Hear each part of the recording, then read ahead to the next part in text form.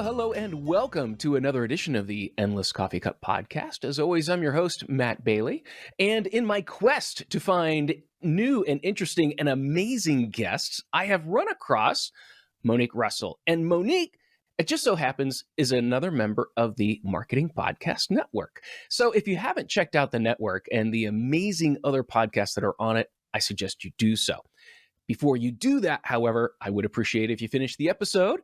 And Monique, hey, thank you so much for joining me today. Hey, Matt. Listen, I'm so excited to chat with you. Very rarely do I have the chance to speak with another communications expert. So can't wait to dive in all the juicy stuff. Absolutely. Well, and listener, you've probably figured out why Monique's here. Communications. My background is communications with an emphasis in journalism. Monique, I know your background is communications. I mean, tell us a little bit about your communications background, and then how did it lead to now teaching communications to professional adults? Background as well as broadcast journalism. So I think we're supposed to have a show or something. Well, this is the I show, think right? so. Yeah, right? I studied broadcast journalism, wanted to be on TV, wanted to cover all the investigative stories of what people were saying and not saying and all that good jazz. But I grew up in the beautiful islands of the Bahamas, and I left the Bahamas at 17, shooted off to the cold Minnesota. And that's where my college journey began. And after the broadcast journalism, I continued on and did graduate programs in public relations and advertising. So I didn't land the dream jobs that I wanted. I had a catch 22, and I ended up working in corporate environments supporting executives. It was my way to get in the door. And I'm like, okay, well, I'm going to be some big shot in the communications corporate space. And yeah, that didn't happen either. And so during that journey of supporting leaders in the corporate spaces in technology and healthcare, I observed a lot of things. I observed what made the leaders tick, what made them, not be respected in the workplace. And because I am just a personable, bubbly person, they would often come to me for advice on how to present themselves more effectively, how to connect with their employees, etc., which kind of spilled into what I am doing today. What I started was doing freelancing, and that was probably in about 2008 ish, where I freelanced and I was playing around. I had my side hustle. I was, speaking and teaching and training in communications, worked at the university for over 7 years teaching communications courses. And then I became a SME, a subject matter expert, rewriting courses for schools like Southern New Hampshire University, which was, ahead of their time before all the digital online courses. And now what I am doing today is I'm helping people to communicate more effectively at work and at home. What did I do? I help the leaders keep their top talent engaged. Because, Matt, let me tell you, right now, so many people are being enticed by entrepreneurship, especially top talent. And keeping them engaged is about fulfillment, it is about flexibility.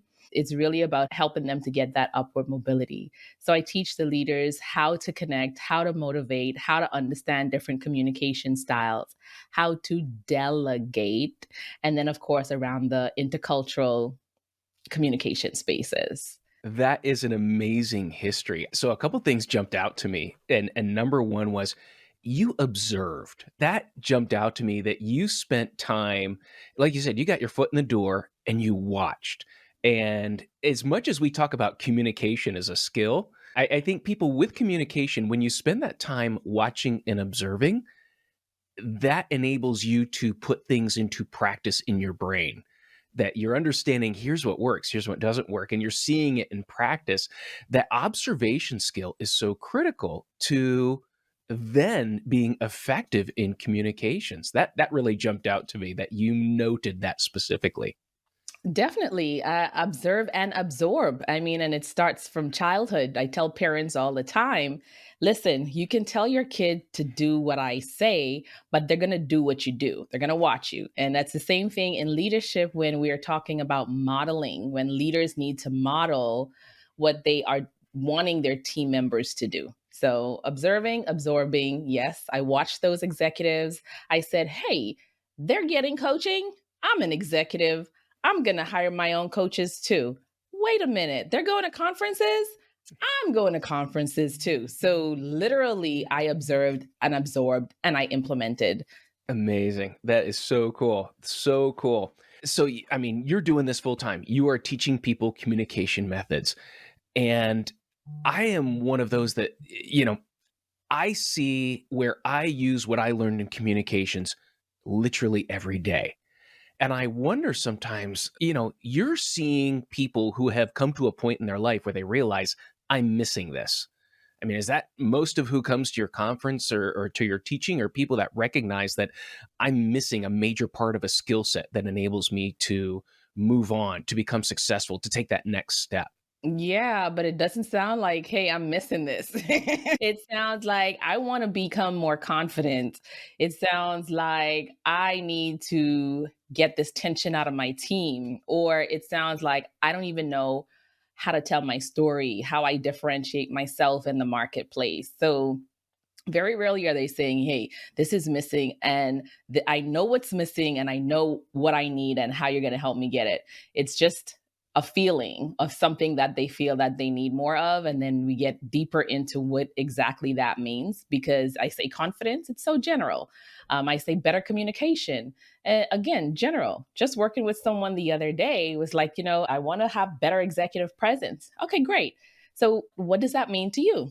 Right. So, yeah, that's who I get to work with, and I love working with folks who really wanna get better. Before, I used to focus more on thinking that I can save the world, Matt, and I am helping everybody who has a communication problem, and that got old pretty quickly, and so now I am just really focused on those folks who are in that category of being self-led, self-driven, and they may be afraid to have someone really critically examine them, but they're not going to let that fear stop them from reaching out and leaning in. I love how you presented that. There's usually not that awareness, but it's a desire to get better. It's a desire to do something new. Because I found even when I'm teaching digital marketing or teaching analytics or anything like that, even teaching link building, I'm teaching communication. I'm teaching basic communication skills. And I often wonder, why is this not a part of the regular curriculum? Because, and I love how you said both at work and at home, communication is essential with other humans, and yet we're not really properly taught it, are we? Yeah. I was passing that over to you. Yeah. Yeah, no problem. I'm taking the cup, man. You hitting the tennis ball, the net, it's over the net. I'm about to return it, Matt. All right. All so, right. so here's what I think. When I worked at the university, and I worked at over 5 different universities, right? Some public, some private, but I also volunteered in my kids' schools, and I can't tell you how many hours I volunteered. I also sat on the board of one of those schools and helped them with strategies on engaging parents, etc. So when I looked at the curriculum, you go to college, we both have this communications background. So for both of us, we've had more communications courses than the average individual because this was our focus and our discipline. And even still, with that amount of knowledge and learning, there isn't a whole lot that goes into the self awareness. It's more on the tactical pieces of maybe how to get a story written, how to, modulate your voice and speak nice and loud and clear, and, all the different tactical pieces. And with all of that experience that I had, I still didn't have that self awareness until I really dived deeper into coaching. So, your question around, like, okay, why isn't it there? The things that are there are really tactical, but I think the pieces we want to incorporate are stemming from psychology and stemming from sociology. And I look at the elementary school level, and there's a curriculum called Expeditionary Learning Model. And I really love that model because I feel like those are the pieces of communication skills that are often missing. So, the expeditionary learning model, I can't remember all the tenets of it, but I can tell you there's success and failure, thinking about success and failure. There's courage and mastery. There's our natural world, which is how we connect to our natural world. All of these different things influences the communication skills that we want to have as individuals once we're done with college and in the workforce. But now people are struggling with just even some of those basics. And I don't know why it's not included in most places, but from what I've seen, the expeditionary learning model is an excellent framework. So it's already there, it's present. It's about having the instructors and teachers to truly understand the curriculum tenets and model and build it into their day to day. But my mom's a teacher, and I can tell you, I have a lot of teachers in my family, and dealing with 20 to 30 kids and their parents and the administrative requirements and their own personal life, sometimes all those things don't really get to be deeply taught or entrenched or involved. So it's a partnership. It's a partnership between the parent and a partnership between the teacher. And I couldn't agree with that more. Absolutely, that parents are just as responsible as teachers for getting things into their kids.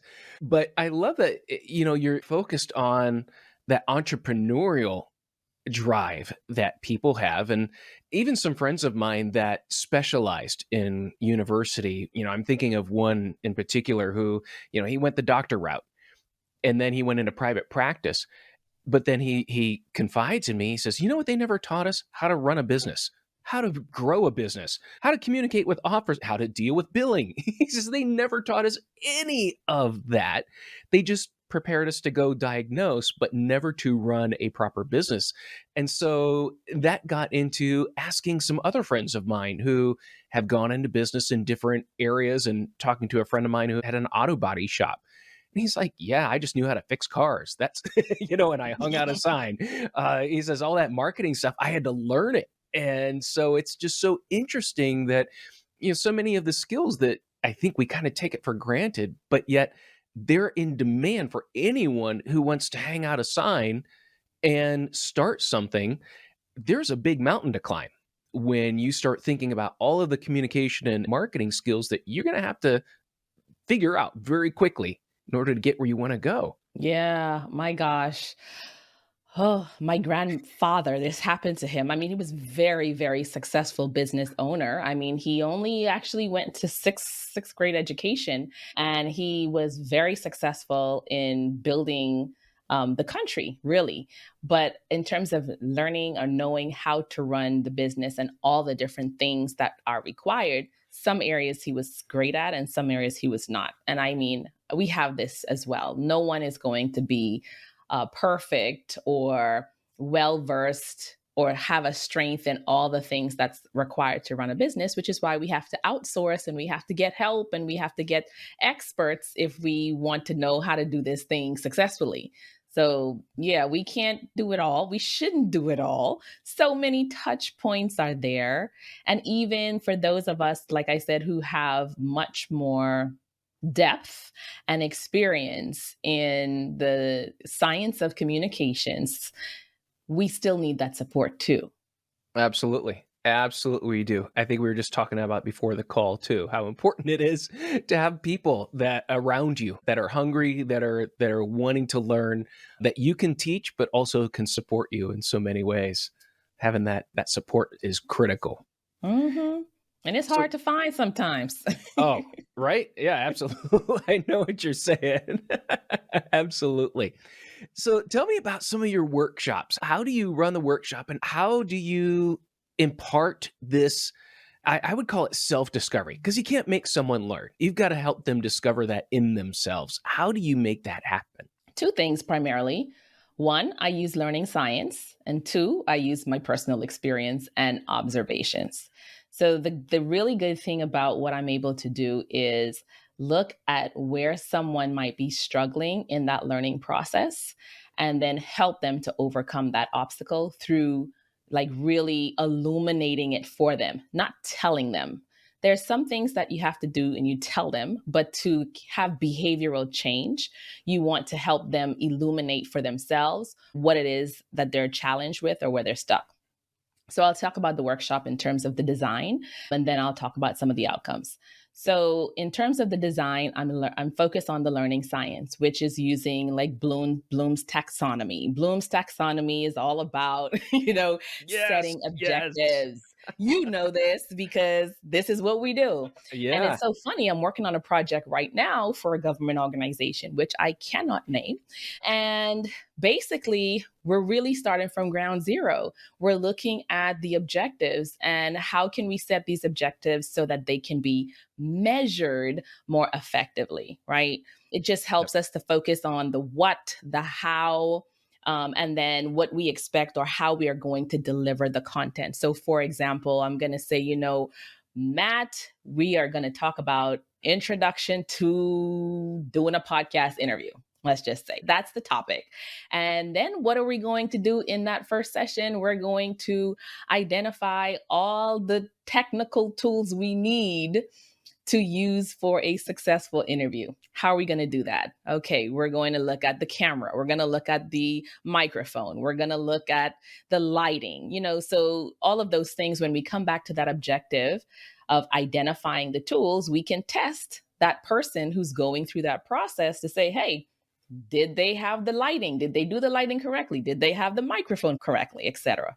I know I'm talking to the choir, but maybe someone in the audience this will be new for. Oh, no, you're not. I've got a cheat sheet in front of me here. And so if there was a test, I have the answers in front of me because I still can't remember to get the lighting. I think I started one interview and my microphone was way off to the side. I had forgotten to move it in front of my mouth. So even the best of us, Monique, we're still trying to get around it. We're all in this together, I tell you, Matt. So, yeah, but so learning science, and then I'm not a fan of 8-hour learning days. I mean, Ah, it's boring, it's tiring. Learners are going to forget 80% of what they learn anyway within yep. 48 hours or more. It just continues to decrease. So I recommend 4 hours or less. That's Hmm. what I do for my workshops. And I Great. make sure that it's interactive. I help them to set a learning goal or objective at the beginning. And then I make sure that they are able to evaluate themselves afterwards. So 90% of participants that go through our programs are able to apply what they've learned immediately. And then from our coaches, our coaching clients, they increase their confidence by 30%. They increase their personal well being by 20%. And when it comes to presentation, delivery, and effectiveness, they increase their delivery and their ability to tell stories by 75%. So, Nice. this is what we have observed. And this is basically how we package, design, prepare, and wrap up the workshop so that the learner can have a more rewarding experience. Absolutely. And I love how you put those numbers out there. I know you the data king, so Yeah, well, you're showing there are measurable results. I'm finding more and more, especially in the training realm or anything like that. There's a lot of people that'll show up and talk for 8 hours, but where's the measurable result? And you just laid it out there. And so, that goes back to you. Here's what I want to achieve. Well, how do I prove we achieve that? And I don't think that happens enough in training, and especially in communications training. It is kind of a soft, fuzzy subject, but you put some hard numbers on that. That's yeah. impressive. Thank you. Oh, you're very welcome. And it comes out of an experience I had probably about 15 years ago where I was asked to come in and train. And the question was, okay, how do you know it worked? And I'm sitting there going, that's a good question. Because I told him how it worked. But, you know, And they still didn't get it. that took me from just regurgitating information to learning what you just went through is setting objectives, clear objectives. Because otherwise, you get this long list of, well, they should know this, they should know this, they should know this.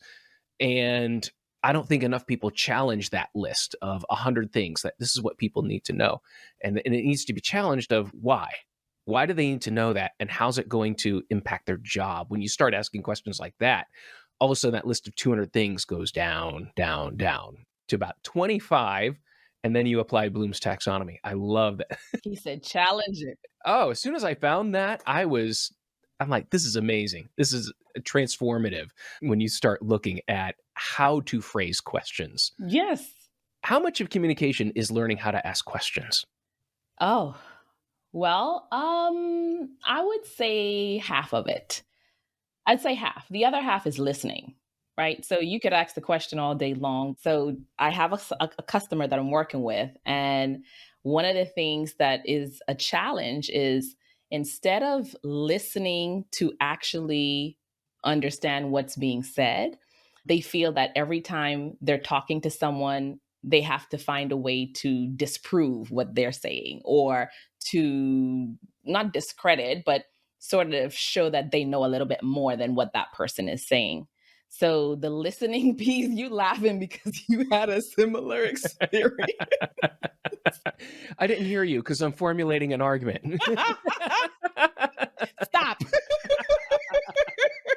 You know exactly who those people are because the eyes, there's nothing going on there. You can see the wheels turning, but they're not listening. Yeah, that's the thing. So just I think that piece comes from the self awareness too, though, Matt. Because if I'm with you and I'm talking to you and I'm not really thinking about how I'm going to look smart, sound smart, be smart, I'm really just listening. I want to know, I want to be Mm. curious. That's the investigative journalist in me that's like, okay, what are you really saying? Okay, he said this, but what's he not saying? Let me see, where can I press a little bit more? And that's interesting. Tell me a little bit more about that. So it's really getting curious without judgment. Mhm. Absolutely. That oh, man. I mean, you kinda hit it there. Being curious without judgment. If more people had that attitude, I think we would be so much better off because it is genuinely asking questions to learn. And the more I understand, maybe I'll understand what you're saying or how you're going about it. I might have a little bit of distrust or uncertainty, like you talked about, but I want to explore that to confirm or to understand a little bit more. And that's one of those things about, I think, the whole communication skill is you learn these obstacles in communication, such as, you know, formulating while someone's talking. So you're not really listening to what they're saying. And a couple other things. So one of the things I absolutely loved about communications and communications theory were the logical fallacies of how to spot when someone, the red herring, the straw man, those types of things. And being able to spot those in conversation enables you. I'm that personality where it's kind of like, ah, you know, gotcha. Now I know what you're doing, and it's not fair. And so, not that I'm out to dismantle it, but it helps you synthesize what's going on when you understand, oh, they're using this kind of argument and they're going to make a leap of logic here that doesn't really fit, and can either call them on it or you can walk through it with them. But that's one of the ways I feel like communication really just prepares you for so much that life is going to throw at you.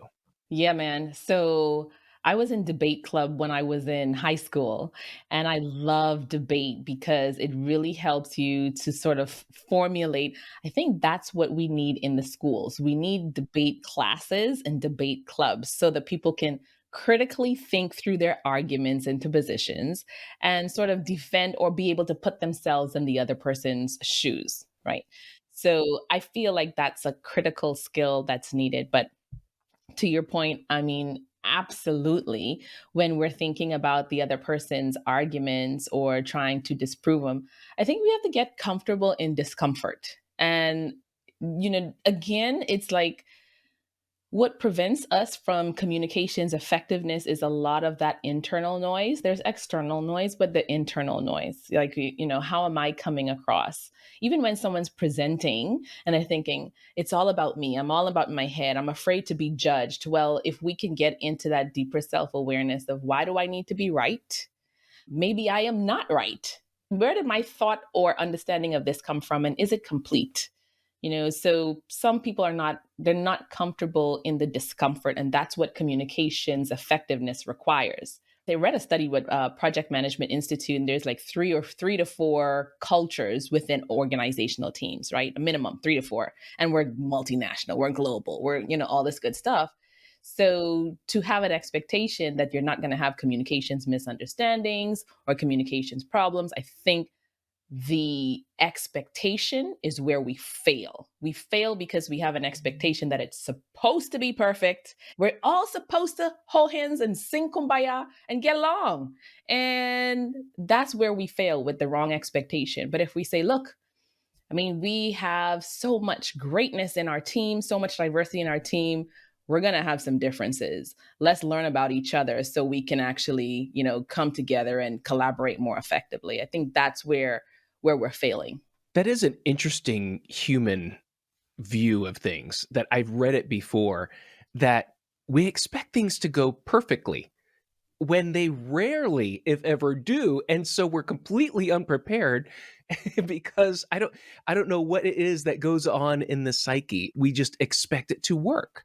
Yes. And rather than expect, oh, we're going to have to work at this. It's really strange. However, I was saying that to my wife the other day, and she's like, no, I kind of expect things are going to go sideways all the time. I'm like, and maybe it's a personality thing. I don't know. But I think most of us just tend to believe that when there's problems, that's unusual, rather than no, problems are around us all the time. There's always issues that need to be solved. There's always things we need to be working on. Yeah. I think I love this question so much, this comment, because it's like we set ourselves up to fail when we have expectations that conflict or disagreement, I would say, means that something's wrong.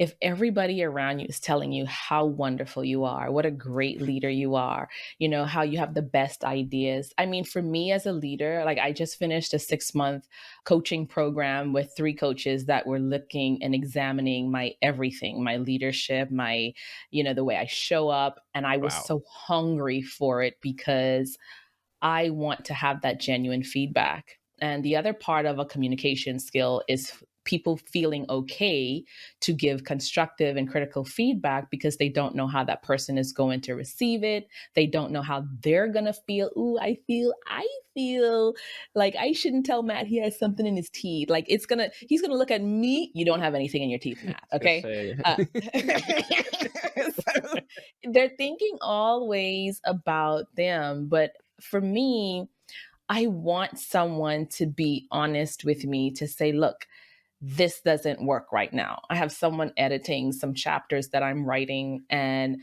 every time I look on the Google Doc and I see how she's like, "No, this doesn't make sense according to who? Like, how are you going to support this?" I'm like, "Yes, because how can I make it better if I don't have it?" I don't know if it's a broadcast journalism background because I had a short stint as a reporter and as an editor. You're submitting your story to the senior editor and they're coming and marking that thing back up. And so maybe certain industries or job opportunities already have this constructive feedback built in, but for like the majority of people it's not there, and you tend to feel like afraid to give that feedback or receive the feedback. oh, absolutely. I don't know. You just have to look on social media to see how thin skinned people are right now. But yet, also, I think that people trying to give the feedback aren't giving it in the most positive way. Um, I mean, what you described, I mean, putting yourself through a rigorous evaluation to learn more.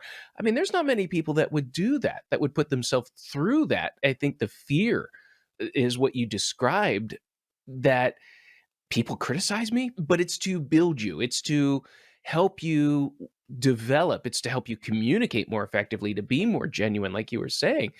But that's not something I think people, they're not going to line up for it. You've got to be at a certain level when you're ready to do that. Yeah, well, there's some parts that I ain't signing up for no critical feedback for, right?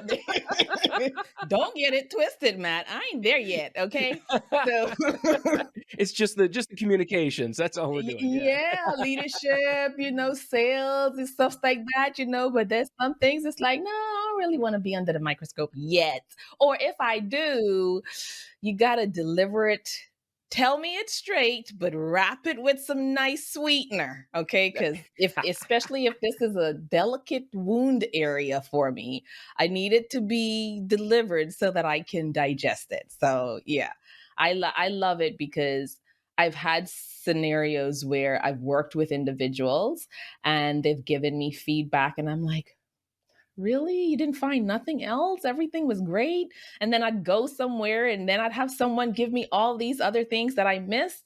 And then I feel bad about the person who gave me nothing. It's like, hey, why would you not give me the good feedback? Do you want me to fail? So, yeah. Well, it's either that or they didn't see it, and that gets to another issue as well as their ability to evaluate. Um, Ooh, that's mm, good, Matt. That's hey, good. Ooh, it's I gotta not write always that it's down. not How always a about that? failure. Yeah, That's a I've post. noticed that it's there's certain people that are good at evaluation. There are others that are not. But to kind of bring this down to another level, you and I both teach people how to present. We both teach people how to stand in front of a room, a crowd, or a decision maker and talk. And I like to joke that, you look at what people's biggest fears are, and like snakes and being buried alive are in the top five, and public speaking. And and that blows my mind that people would rather be, like, buried alive with snakes than do public speaking. But yet it's so critical to success, it's critical to a career. I think people know that, but there is just that fear, and it gets to what you were talking about. It's that overwhelming self that is afraid. I think it's that self-talk that goes on in your brain while you're talking or while you're presenting that just eats away that doubt. Like you said, you're teaching confidence, because without that confidence, I've seen it just consume people before they even open their mouths. They're already beaten up and defeated, and they've done it to themselves. Yeah. And oh gosh, I don't know, but I feel it's connected to the internal self awareness piece, right? The Hmm. emotional intelligence piece. I mean, you can be great at your competence, which is technicality of the speaking. Competence, confidence is totally different because you can have people who deliver amazingly on stage, but then that internal chatter, or as soon as they get off, they feel like crap. And so I like to blend the internal and the external so that there's Hmm. greater alignment and there's a feeling of more authentic and genuine presentation versus I'm just on this stage to, perform. I mean, it is a performance, but when you're in your head and you're just really thinking all about everybody's looking at me and they're having all of these negative thoughts. I mean, people are afraid to go and speak in front of a group, but the truth is they want you to succeed. Most people, you're doing something that they would be deathly afraid of doing, and they want you to do well. They want you to give them good information. They want you to be able to deliver a presentation that helps them feel better about themselves, not Hmm. just better about you, but better about themselves. So if you put that frame of mind on and you're like, all right, how can I deliver in the best way possible for them? How can I transfer? It's like you're going on stage and you're just a guide, you're teaching them, but the body's gonna have natural nervous energy. I get it. I get it even before I get on the show, like talking to you. So it's like channeling the energy. But then you get there and it's like, wow, you've done it. You don't feel like you have to come across a certain way. If you don't know, you don't know. You're genuine. You don't have to be robotic. And I think that's what creates a lot of stress for people because they feel they have to be something or be someone else in order to deliver value to their audience. I love that your audience wants you to succeed. They want to be entertained, wowed, or just informed. They desire that. I don't think any audience really wants anyone to fail. And an audience doesn't want to be bored for 8 hours either. It's interesting because I think this is kind of unfair to people that present well, is when you do present something and you present it well, how you present it has such a great impact on your credibility. I've seen people that say absolute silly things, but because they say it so well, It sounds so good, but if you're looking at it objectively, you're like, "Wait, that made no sense at all." But that presentation, and you said it, it's like acting. It's in front of the camera and they are magic, even though there is no substance at all. It's almost like this unfair advantage because that credibility of a great sound, a great appearance just irons over so many things. And yet there's so many people that have something really good to say, but they're not going to be completely dynamic about it. That's just a frustration of mine. I love what you're saying because I feel it too. I'm like, "Oh my goodness. Why are they on the stage? Why are they on this webinar? Like, please and thank you. Like, we could get this on Google or Sesame Street or whatever." Okay. So don't Matt, you bringing something out of me here and I don't know what it is, okay? I love it. I love it. But yeah, you're so right. So I don't know if it's an unfair advantage. I mean, it is what it is because it's like marketing. How many times have we seen extremely great marketing, consistent posting? I mean, the images are like creme de la creme. I mean, the everything looks so great. And then you get into an engagement, an opportunity, and it's like, well, where's the substance? It's really something I could Google or ask Chat GPT.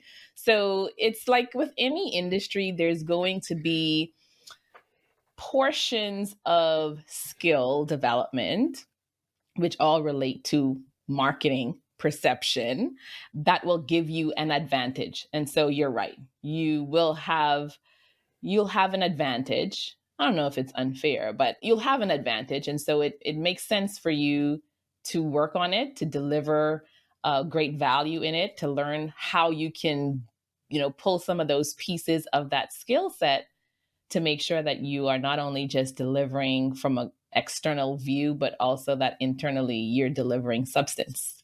Very good. Yeah, absolutely. And it's something I think anyone can do. You can learn and you can continue to grow, get better, and learn to present. It's just like any other type of skill. Just for some people, I think it's a bigger hurdle to start than others. One of my things is teaching people how to turn data into better presentations. Because sitting in a data presentation is terrible and long and boring, and it's charts and graphs. How do you make that dynamic? And that's what I try to work people with. And they are off the charts intelligent people. But getting back to what you talked about earlier, they've not learned how people learn. They've not learned this is what we need to get out of this. Here's the bottom line. Here's what the C suite needs to know. Here's what I'm recommending. And instead of packaging it into a very bite sized, here's what's going to happen. By the way, if you want the rationale, I've got it here. It's just that ability to package what you want to say. That becomes a good formula that anyone can use.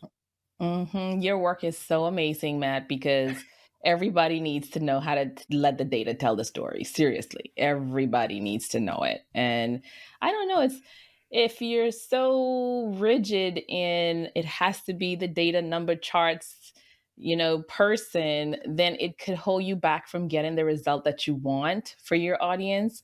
And so what you're doing, teaching people how to do that is crucial. And I don't know what came to mind when you were talking was this concept that was like three, I don't even remember what it's called, but I remember that we talked about this in for the elementary schools with the students. And it's like taking that concept or taking the data and connecting it in three ways. So like a text to text, what can you connect it to that's existing in another text? And then it's a text to self, and it's how does this connect to me personally? Like, how can I use that to now begin to make a relevant connection? And then text to your outer world, your environment. How does this connect to, the world around you? Maybe what's happening in your business, what's happening in your team, etc. And using those as sort of starting points to begin to tell the story or begin to expand from a storytelling perspective. What you're describing is the old classical education model. I love it. I I love it. But I just remember this those are the 3 The 3 in reading and literature, yeah, And 3 that's ways. for everything is how do I first acquire, read, learn, whatever, and then synthesize it to relate to myself and then to relate to others in presentation or connection. That is kind of the three steps of the classical learning model. And it has everything to do with internalizing it so that you can apply it, but then also how would you relate this concept to somebody else? And when you start early doing that, it helps you with that consideration of how would someone else see this? How would they consider how effectively can I communicate it and be understood? That communication model when it's built into education, I think is so, so important.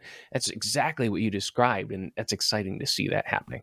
Mhm. You know what, we know what is an issue that I am hearing a lot of is in writing, so that's on the reading side, the storytelling side, but I am hearing a lot of folks in corporate organizations, they're struggling with people who may not be as clear in their writing or in their emails and, a lot of jargon, maybe, not clear sentences, etc. So from a communication standpoint, I think that's also something we have to consider because we're doing emails pretty much 90% of the week.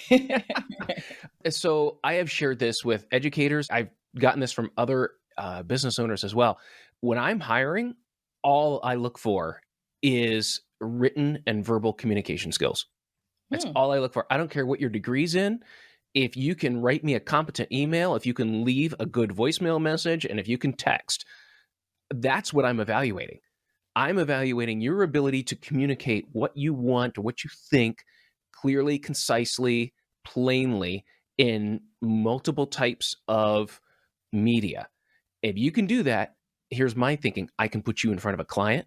I can put you in front of a partner. I can put you in front of anybody, and I can trust you're going to communicate. I'll teach you what to communicate. I'll teach you the business. I want someone who can communicate first. And when I'm talking to educators about this, they're shaking their heads, going, "Yeah, exactly. That's what we need to be." And I'm begging them that that's who we need in the business world. That's who we're looking for. And so those skills, getting to that writing aspect, that not just the speaking, but the writing, are still so critically important. I mean, email's not going away. So when you're doing that, I mean, do you see that a lot of people tend to struggle with those types of assessments? Like when you're evaluating their communication, written and verbal in different forms, do you notice that a lot of people are struggling? I don't think they realize I'm assessing their communication skills. I'm asking them questions and I'm seeing how they answer. I'm asking them to uh, write a couple paragraphs about something, or I'm even just plain evaluating how they wrote me an email or approached the interview or applied for the job. I mean, those are some of the most important emails and phone calls you will ever make in your career. And so if you haven't edited, if you haven't considered how you're gonna come across when you write a certain way, you're gonna hold yourself back. And so I'm typically evaluating the things they don't think about. I'm barely looking at the resume or the CV. I'm barely looking at that. Wow. That's interesting. I'm so curious about that. That's really a good approach too. It's really gets into how you present yourself, and that's what communications, I think a lot of it enables you to do. But I wanna get back because, like, you told me I'm doing important work with analytics. You're doing important work on your website. I was looking at some of your video and some of the things that people were saying after they were at your workshop. They are at the top of the world at the conclusion. How do you get them to that point? How do you get them to when they are just like, Monique is the most amazing person? You give them confidence. It's not even about me though. I mean, it's great when they talk about, feeling that way. And I think they feel that way because of how I center them. They're the star of the show. They are the celebrities. And because I really get a kick out of it. So this is for me, this is really fun and exciting to be able to help someone transform or improve their communication and get results from it. not just lecturing, not just telling. There's a place for telling, but I am really about the transformative work where they can see what I'm teaching, they can feel what I'm teaching, and then they put it into practice and they're like, whoa, like that actually that move the needle. And if even if they don't see the direct outcome, they're aware now enough to recognize that they're in that journey or in that process. So just just really being myself, sharing authentic stories. I don't come across or try to put on as though I know everything, because who does? Nobody does that. And those are the things that foster connection, and it fosters people feeling great about you and feeling great about themselves. That's the biggest thing. How do they feel about themselves when they're done with your workshop? Do they feel like, oh my God, I'm never going to get this? Oh, like this is too hard. Or I came into this workshop or I came into this class and all I have now is overwhelm and overload.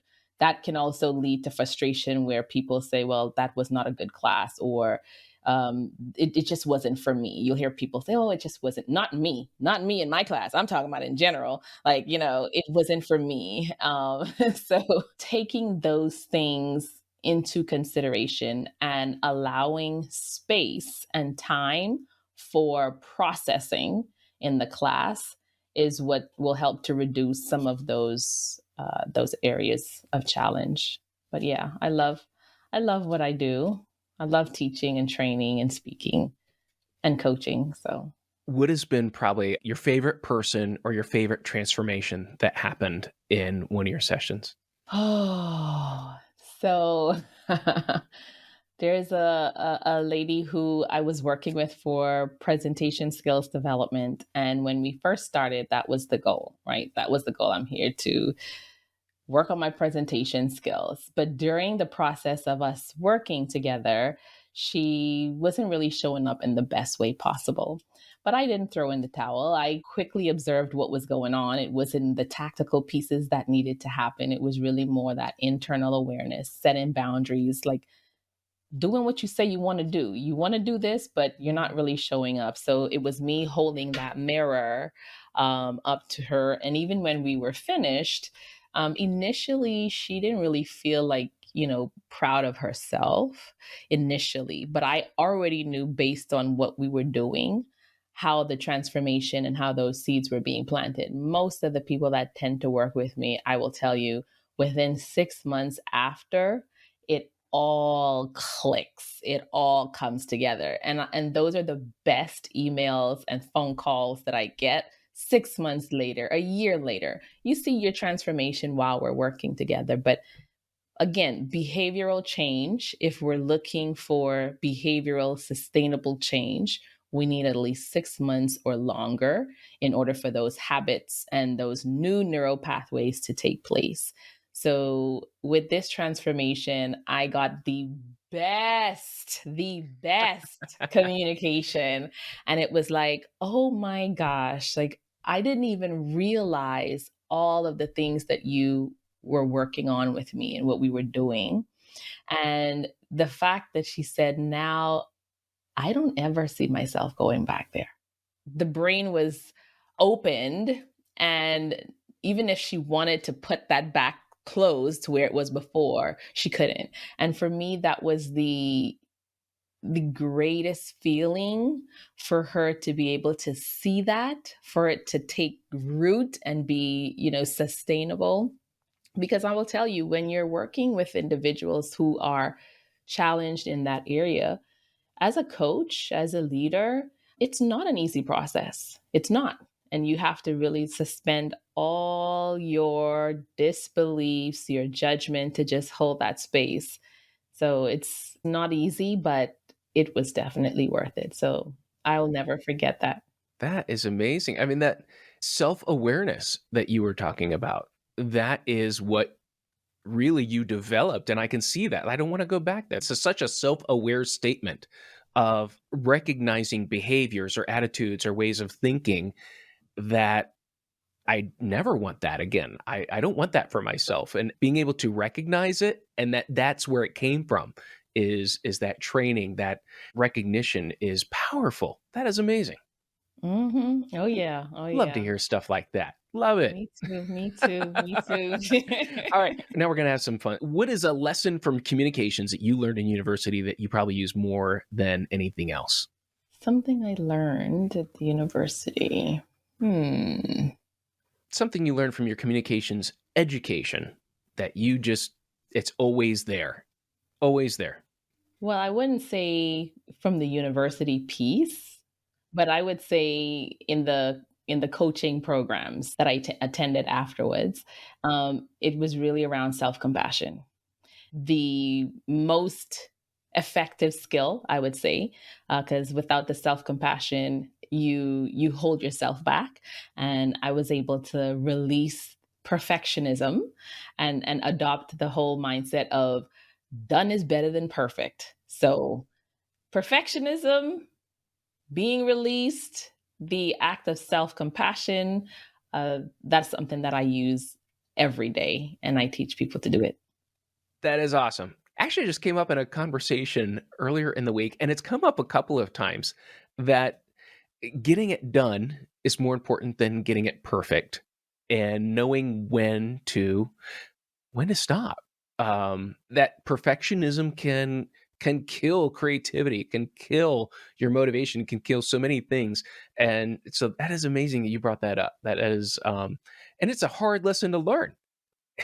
It is a hard lesson. Trying to tell you, Matt, like this right here, like the technical stuff. Yes, I use them all day, Hmm. every day. My broadcast class was amazing. We had a vocal coach that come in and worked with us, Mm. and that there's so much that I use in my communications training that it's like, yeah, I do it every single day. But the compassion piece, the self compassion, that was not at the university. It was in the coaching program. Yeah, I get that because that wouldn't be a part of it. That's more strategic, not the tactical. And you've got to get that in some other sources than just from education. So I could see where that fit in.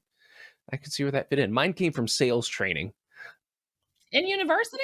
No, I did sales training before I went to university.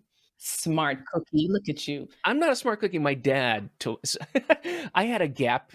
I had a gap between high school and university, and my dad told me to go get sales training. And I'm like, Dad, I don't want to be a salesperson. He's like, I'll pay for it. I'm like, okay, I'll do it. What method? What method? Sandler. Sandler. Oh my gosh. Yes. I loved it. Loved it. And because you just get things in your brain like don't muddy the water, and listen more than talk. And it all those things. And it just keeps coming back throughout the day. I'll just those little mantras will just pop up when they're needed. And it kind of centers you again, like, okay, settle down, figure this out, don't muddy the water. Whoever talks the most loses. It's kind of hard in a podcast, but yeah. This is so perfect for the audience. Your audience is going to love this episode, Matt. Okay. Oh, yeah. I'm going to have my kids do that. Sandler training. Yes. Absolutely. I looked for it because I would love to take it again now, like 30 years later.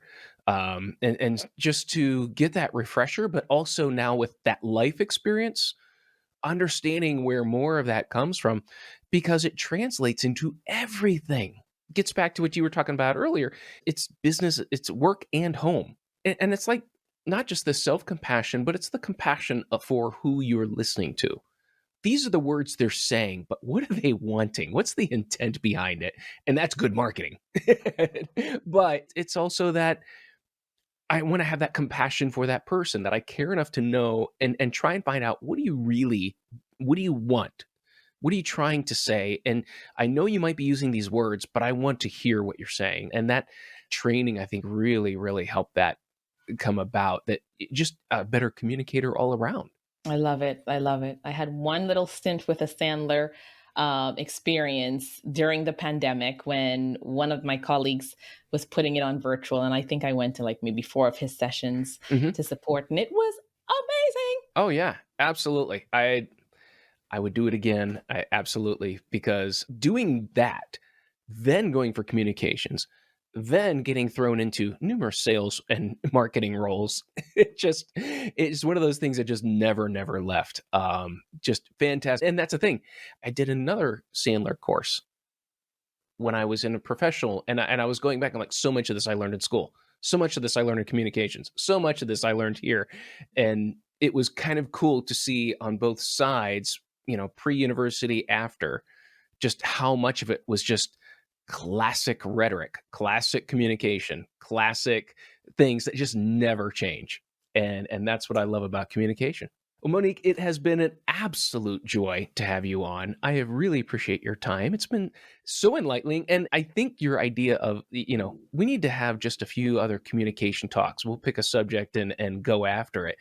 But I would absolutely love to have a few more shows with you, because it's been fun to have you on this podcast. Likewise, I love it. And it feels so refreshing to have another communications expert to dive into. So thank you for having me on the show, Matt. And I look forward to the next one. Anytime, Monique, the door is open, or as I say, the camera is on. So thank you so much. And dear listener, thank you for tuning in to another edition of the Endless Coffee Cup podcast. I look forward to our next cup of coffee next time you tune in, and we'll see you soon.